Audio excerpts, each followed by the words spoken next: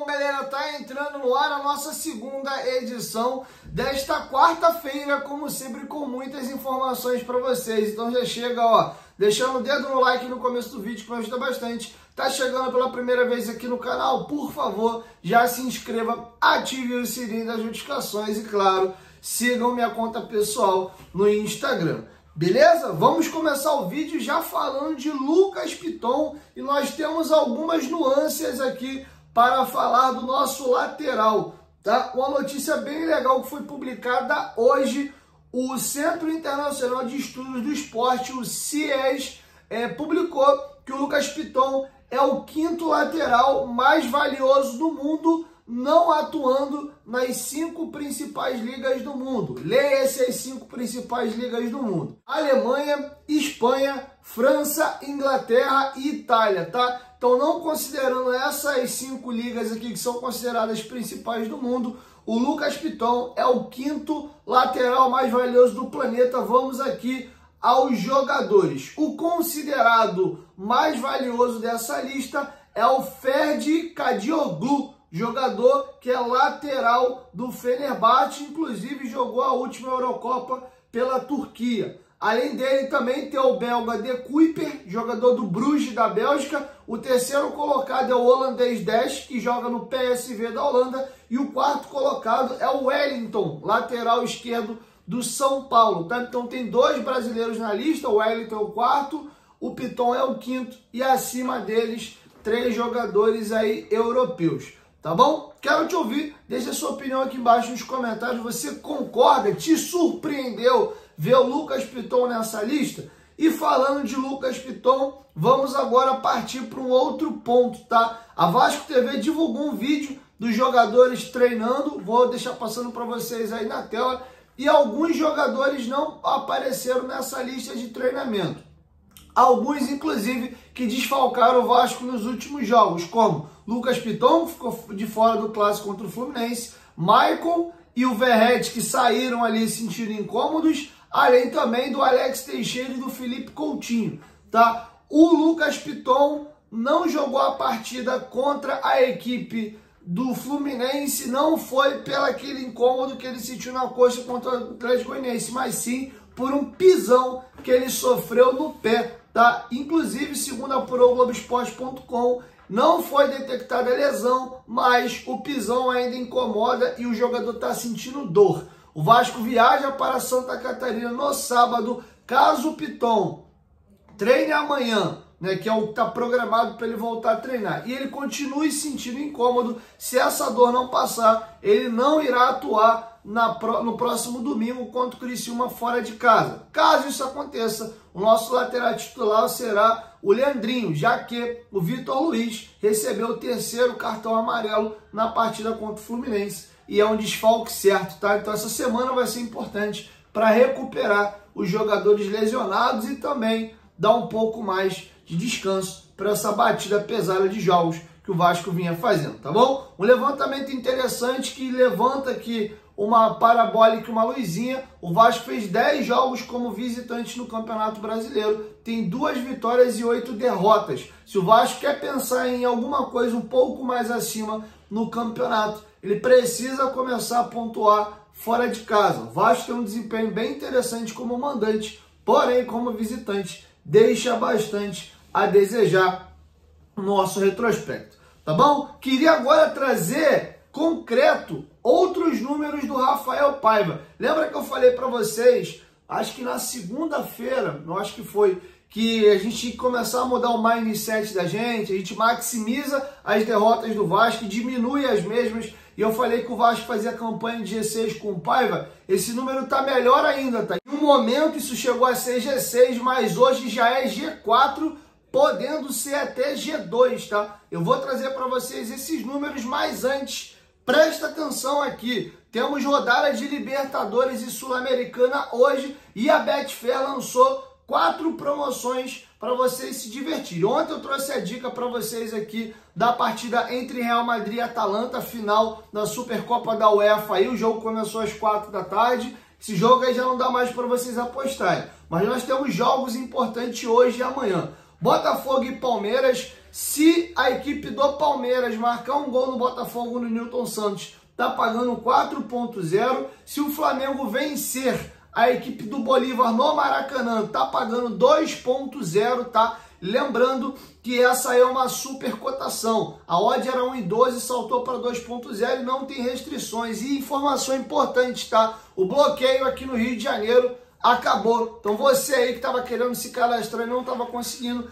clica no link aí já e se cadastre. Quinta-feira nós temos também Boca Juniors e Cruzeiro. Se o Cruzeiro marcar um gol no Boca, também está pagando 4,0. Essas 3 promoções estão na descrição do vídeo aqui. Ao se cadastrar na Betfair, você ganha R$600 para fazer apostas grátis. Como assim, Diego? Eu chego lá e entro no saldo de R$600? Não, você vai fazendo as suas apostas. Se você errou, você não perde dinheiro até completar os R$600 de apostas grátis. Beleza? Então corre na Betfair para se cadastrar. Lembrando que Vascaíno aposta na Betfair porque a bet do Vascão é a Betfair, beleza? Então corre lá na Betfair. O link para se cadastrar está aqui no primeiro comentário fixado. Vamos abraçar quem tem abraçado o Vasco. Vascaíno aposta na Betfair, beleza?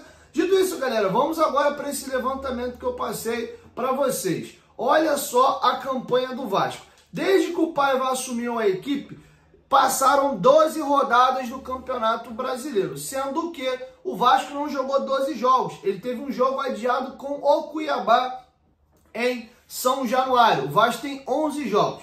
A equipe de melhor campanha nesses 12 jogos é o Fortaleza. O Fortaleza fez 27 pontos em 12 jogos. O aproveitamento do Fortaleza é de 75%. O segundo colocado é o São Paulo. Nessas 12 rodadas, o São Paulo fez 23 pontos, aproveitamento de 63,90.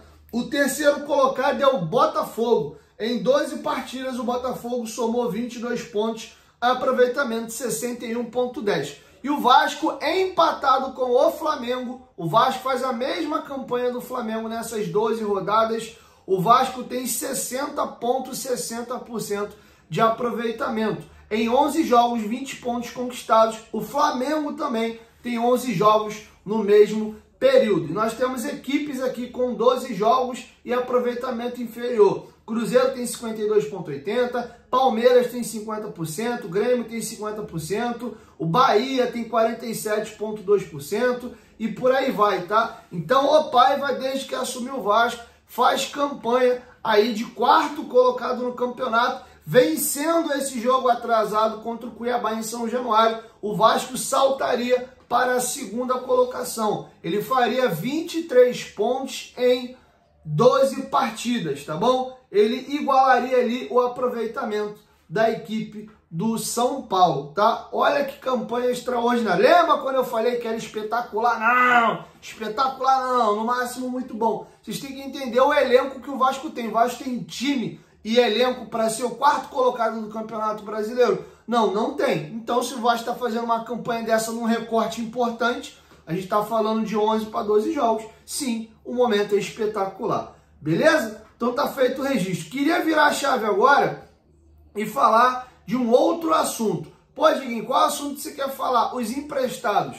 O Vasco emprestou o Zé Gabriel para o Curitiba, reemprestou, né? O Praxedes não era nosso, mas agora o Praxedes saiu do Vasco e está indo para o Atlético Paranaense. Não vai entrar nessa lista aqui, porque eu vou falar de jogadores que é o Vasco que tem os direitos econômicos. Vocês sabem como estão os jogadores que o Vasco emprestou? Alguém está se destacando? Pode voltar no ano que vem? Vamos aqui explicar a situação dos 12 jogadores que o Vasco tem emprestado. O goleiro Alexander fez 25 jogos na temporada, está emprestado ao Ipiranga do Rio Grande do Sul. Esse levantamento foi feito pelo GE. Tá? O goleiro jogou 25 jogos, ele foi titular durante o início da Série C, mas foi para reserva nos últimos jogos. O goleiro Rolls está no Vila Nova, o goleiro está emprestado até novembro e o vínculo dele termina em dezembro e ele não jogou pela equipe goiana até agora, tá? Por enquanto, ele é goleiro reserva. O Capasso tem 28 anos, tem 13 jogos pelo Olímpia do Paraguai, ele perdeu a titularidade, retomou a titularidade e vive seu melhor momento com a camisa do Olímpia. Nos últimos 5 jogos da equipe paraguaia, ele marcou 2 gols, tá bom? O Riquelme, jogador de 21 anos aí, que foi muito badalado na base, continua sem conseguir se firmar na carreira, tá? O Riquelme tem 14 jogos com a camisa do Sport, mas normalmente vindo do banco. Tanto é que ele tem apenas 520 minutos na temporada. Ele teve uma lesão no ombro bem no início da pré-temporada, mas quando voltou, passou por concorrência, na disputa ali, acabou perdendo espaço, tá bom? Ele não deixou boas impressões, inclusive tem jogos que ele nem é relacionado. O Barros, esse sim, demorou a conseguir ter sequência no Amazonas, mas desde que começou a ter, é titular incontestável da equipe, tá? Nos últimos 9 jogos, ele foi titular da equipe do Amazonas e ele tem um gol marcado e uma assistência e é um dos destaques do Amazonas aí, lá na Série B. O Di Luca, né, volante, está emprestado à equipe do Ceará, ele tem 19 jogos e uma assistência e tem jogado como titular no Ceará, tá bom? Zé Gabriel acabou de ir para o Curitiba, o Cleiton acabou de ir para o Rio Ave. Lembra do Vinícius? Ele está jogando bem no Ituano, apesar do Ituano ser o vice-lanterna da Série B. Inclusive, ele atuou em 19 das 20 partidas da equipe e tem nesse momento 5 gols marcados e uma assistência. O Lucas Oliveira está emprestado à equipe do ABC e tem jogado pouco. Estou falando de alguns jogadores aí que o contrato vai acabar e não voltam ao Vasco, tá? Vinícius, Lucas Oliveira.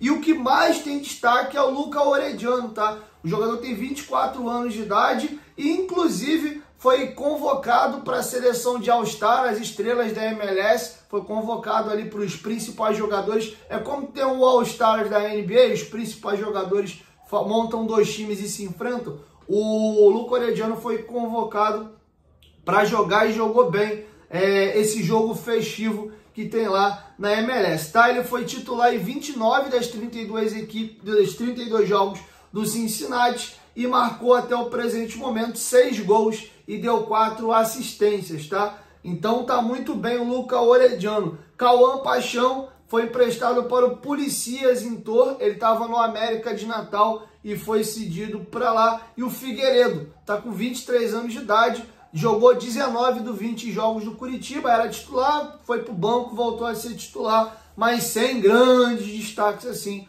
na equipe do Coritiba. Quero te ouvir, deixa sua opinião aqui embaixo nos comentários, se vocês sentem falta de algum desses jogadores e se gostariam que algum deles retornasse ao Vasco da Gama. Beleza? Para finalizar, o nosso companheiro Lucas Pedrosa conseguiu apurar o salário do Galdames. O Vasco está tendo dificuldade de recolocá-lo no mercado, porque o Galdames é inacreditável. O Galdames tem um salário de R$500 mil no Vasco, tá? Essa informação do companheiro Lucas Pedrosa. Foi uma transação feita pela SAF, e aí cabe um parêntese, o Pedrinho falou isso numa entrevista coletiva, e eu concordo muito.